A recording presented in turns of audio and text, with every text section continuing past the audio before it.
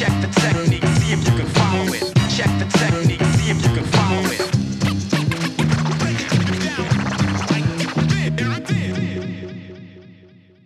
Okay, welcome to episode 3 of Check the Technique podcast.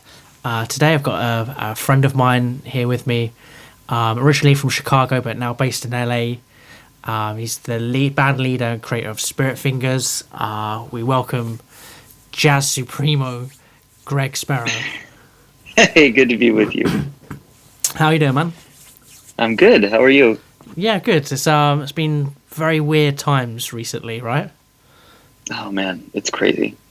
This is unprecedented in my lifetime. I've never seen a period like this. Oh, for sure. I mean, it's I guess it's kind of like the Spanish flu all over, and yeah, no one's really been prepared. You know? Yeah, in a way, they're saying that the death rate for the Spanish flu it could have actually been closer to 10% because of the vagueness of the records that they kept. Sure. So maybe that was worse, but the spread rate of this one is apparently worse, and also we're traveling a lot more in the world right now, so it can reach everybody in a much more expedited manner. And people aren't really taking it serious by the looks of it. Well, we're experiencing a bout of Darwinian evolution that we have not seen yet in my lifetime. This is a period where the naturally sick and the naturally dumb will both be much more at risk to actually die, which is terrible. Although they'll probably get a few of us with them. Yeah, well, a few of us. I mean, I might be dumb. I don't know. I'm very likely to be, but I have been quarantining. I've been quarantining for about a couple weeks now, and I've really started hard quarantining about a week ago, where I have not been out of the house, and it's actually really nice. I thoroughly enjoy. This is what I do naturally. I would much rather not be around groups of people and just be by myself doing what I need to do and working on what I'm working on, while still being able to impact the world. The thing is, everybody else is kind of joining me now, and everybody's quarantined, so I can actually communicate in appropriate manners with people that would not have been appropriate, a few months ago. Because everybody's down to just do a live stream conversation or a Zoom meeting or whatever, whereas before you had to go to a cafe and,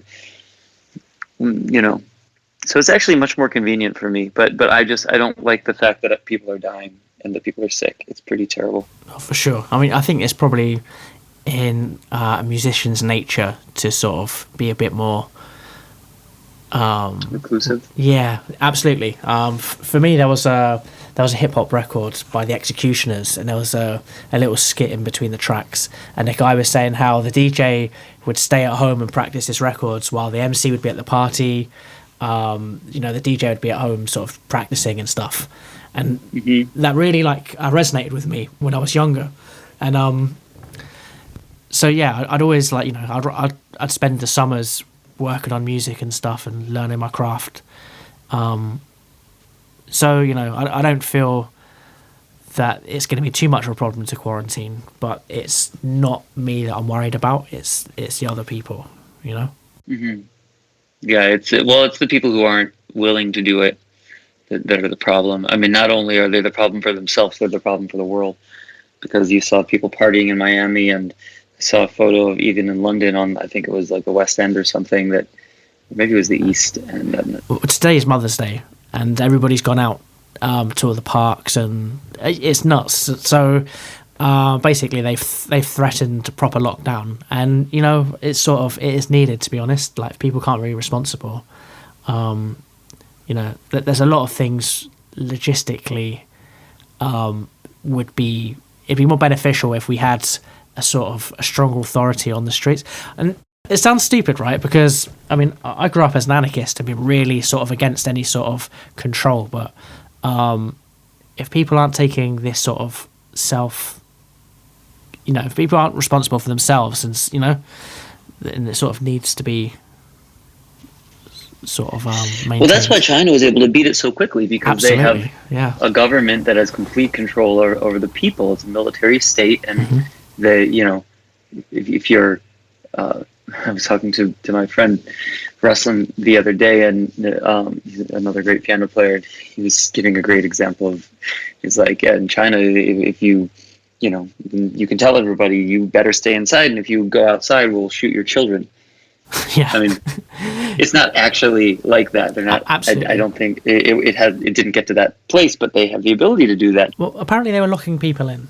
They were literally physically locking people in, and people were disappearing when they were ill. But even with those really draconian and drastic measures, it still took them 3 months to sort of put a lid on it. Now we might be lucky because of the weather. There's like a better time of the year for it. I don't think that's. I think that was shown to be not really the case. Oh, really? I think it was shown that the warmer climates don't kill the virus. Sure. But I don't know. Maybe I'm talking out of my ass right now, because I've been listening to a ton of podcasts from experts, and I'm not an expert. I've been listening to, like, Tim Ferriss interviewed a good expert. There was one on the Joe Rogan podcast.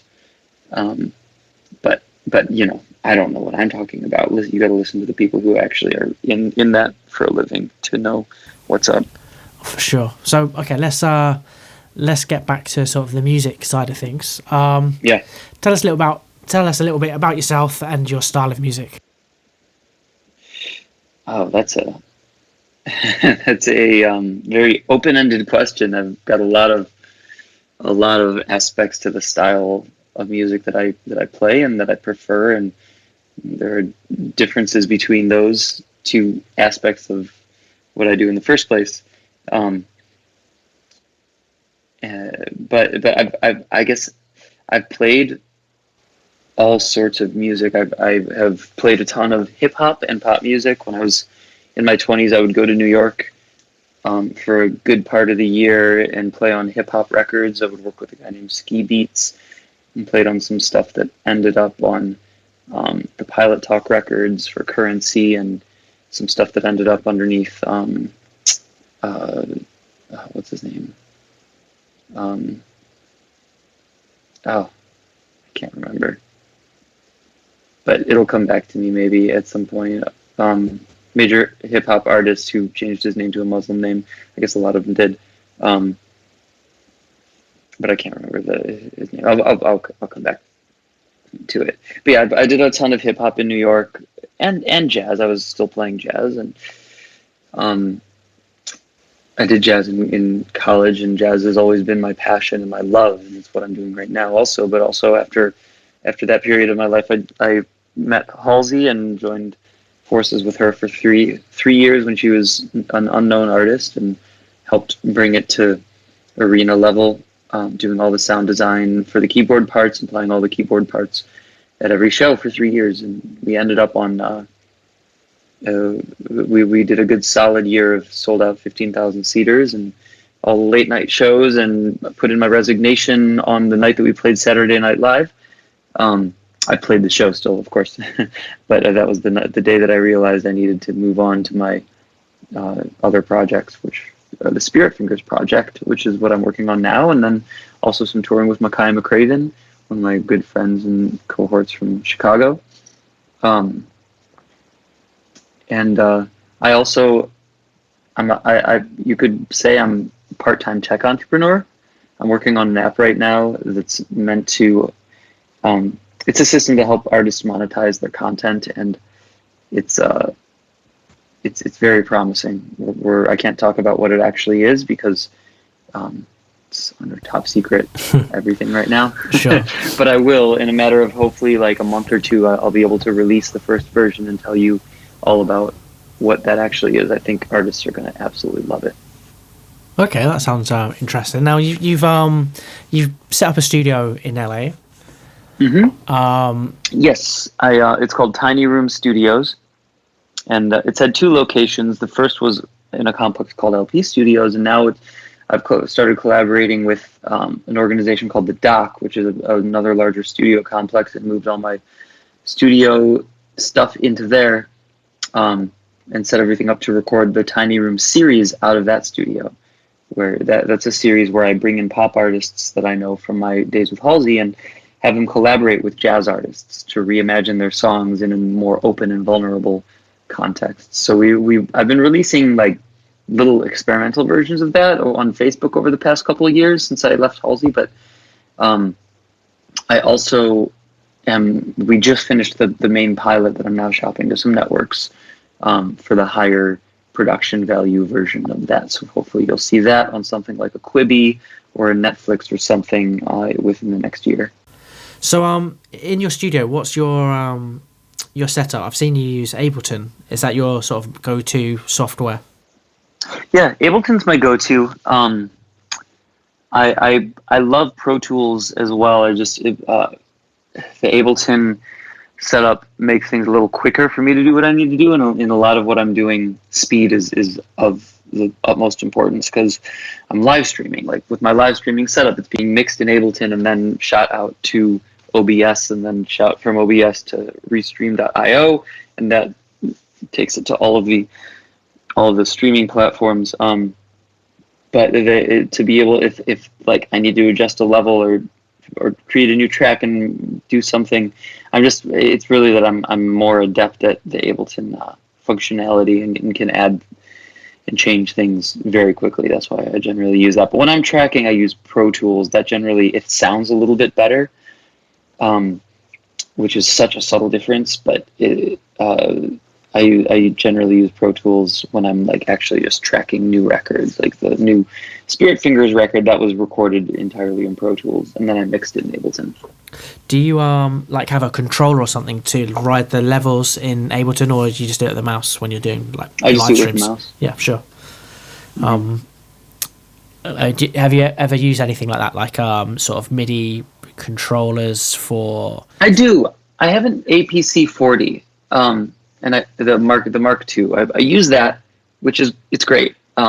I mean, I wish that there was something like that was like in a similar price range, but felt more like robust and hefty. Like the Ableton Push, they made that feel really substantial. The APC 40 feels like a little piece of plastic, but it's also really light, which is nice. But I use the APC 40 for when I'm doing live. I do live looping, and I do a project where I'm creating a bunch of synth tracks and drums and making basically, it's like a weird form of dance music. And I make that using Ableton hooked up to the Push and the APC 40. And in fact, I used that setup. That's the setup that I used when I did those Yamaha sessions in Berlin with Mike Mitchell. And I was singing as well. But I was chopping and looping myself while he was playing drums. So that was the same setup that I used for my own solo live looping thing. It just doesn't have as cool, crazy drums on it because Mike's not there. Is it easy to do that then with Ableton? I've seen like a lot of people use those Boss. Is it the 404 loop pedal? Yeah, it's harder in Ableton than with the loop pedals, but you just have so much more functionality. It's not as easy. It's not as simple. Is the problem.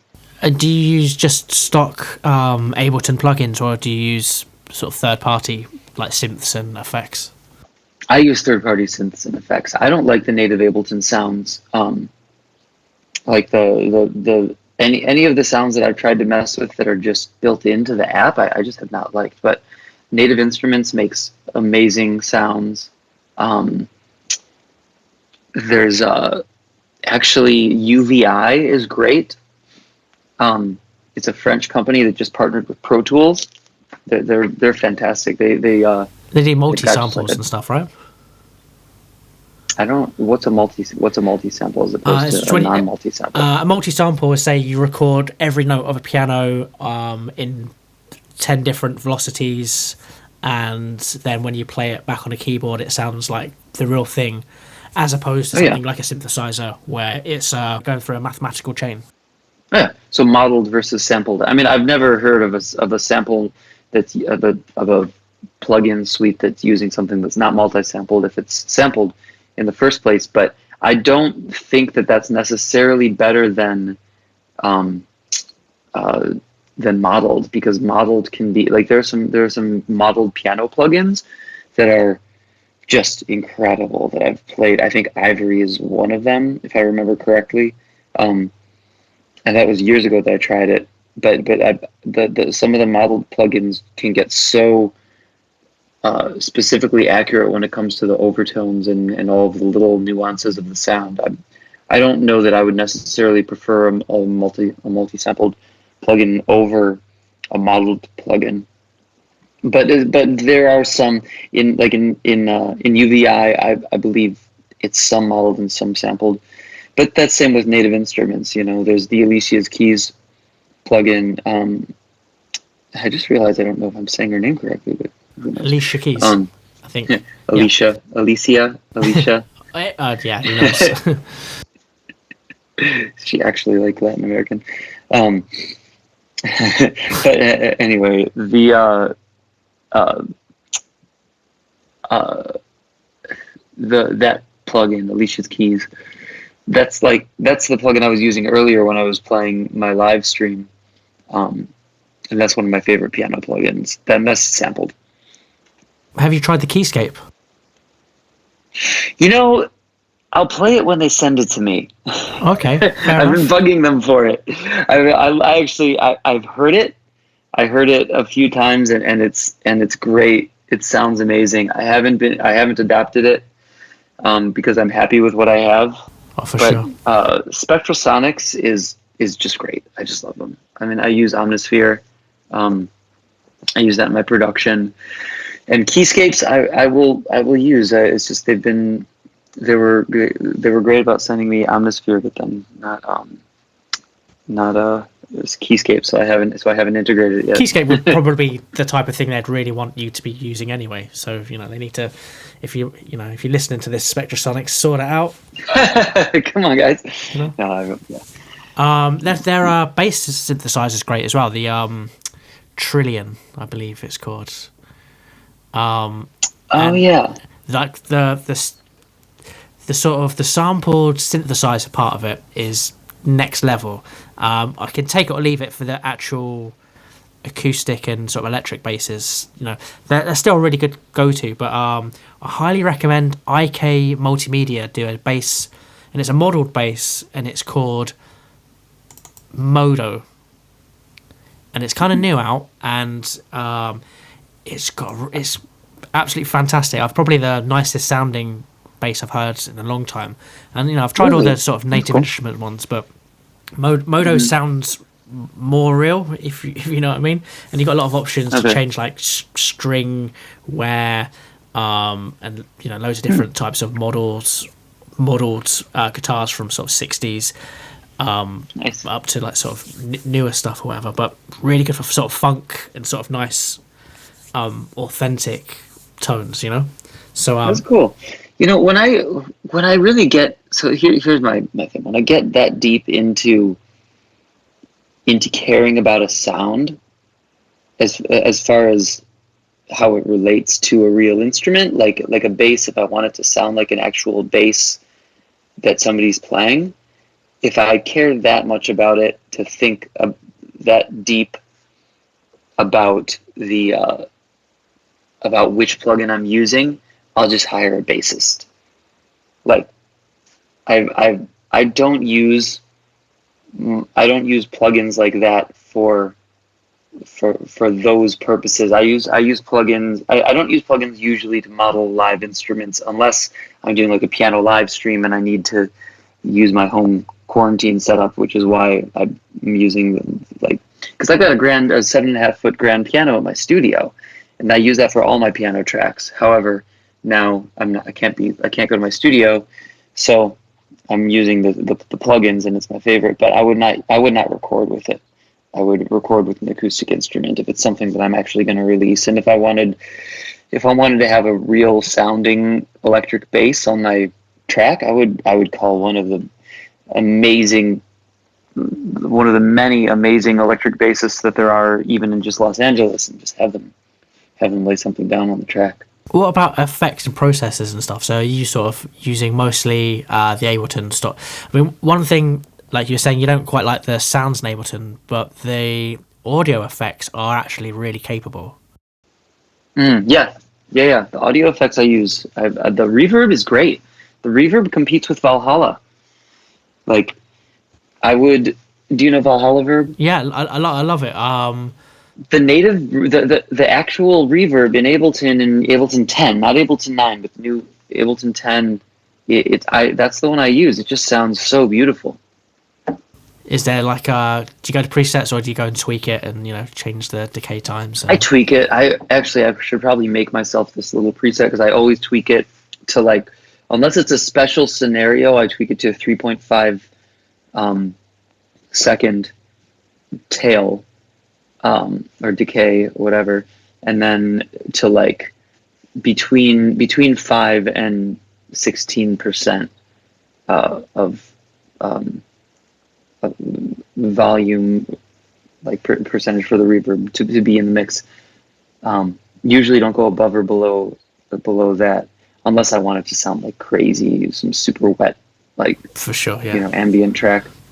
The good thing with Ableton is you'll be able to save the presets the default, so you've tweaked it, and every time you load it up, it will come up with that setting.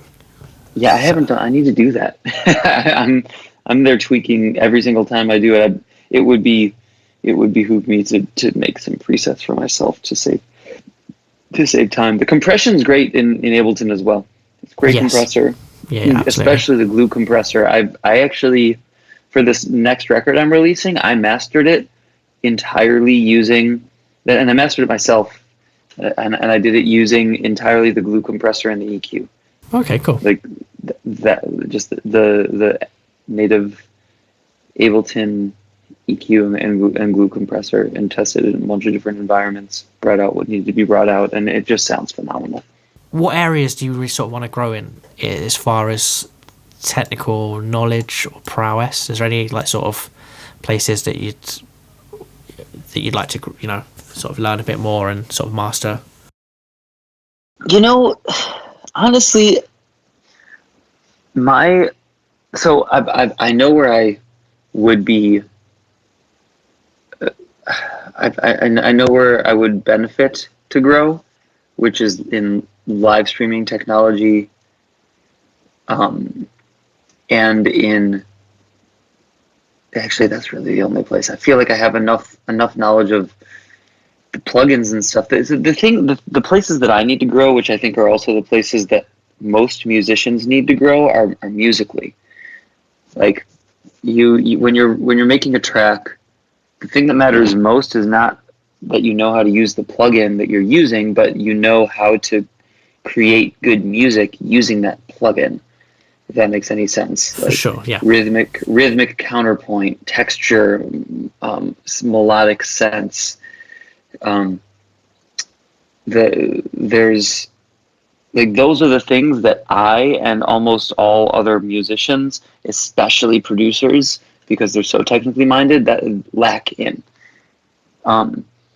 So I actually focus my time and effort on learning exactly what I need to in order to execute the bare minimum of what I need to execute as far as the technology goes, and try with all of my might to get to the place where I'm spending time learning about piano technicality of the instrument, of like playing piano, and compositional ideas of like how to compose in the context of a produced track. And that involves some exercises and thought processes and talking to people who you feel are great composers in all genres. And those are the places that I need to improve, and that most people need to improve. Though that's why a lot of people get really, really good technically, but then spin their wheels on trying to do anything that is substantial because they just don't know how to make music in the first place. How many people do you get for sort of live streams? I had about like between 30 and 50 at any given point during this mornings. Have you been doing it for very long? I have, I've been doing my weekly piano channel for like 10 years. However, actually more than that now. you'll see some of the first videos I have on there are more than 10 years old. But I've been doing it so casually and not live streaming. I've just been putting up videos, and that's why it's gotten to so many followers. It has like 25,000 followers now. And that's just on YouTube, youtube.com/weeklypiano. But it's all pianists, and I just randomly will show a cool compositional or jazz technique or something that I'm working on and make a little video of it for people to see. People seem to really like that. But I've done it like, there have been times when I've not done it for years actually, and just left the channel up there, but then picked it back up. And it's just been so that's been growing, and I've just been live streaming on that and experimenting with that for maybe a year, maybe a little bit more than that. Are there any channels that you'd recommend, like, or that you watch regularly, like, so maybe like Andrew Neely, is it? I don't know who's that.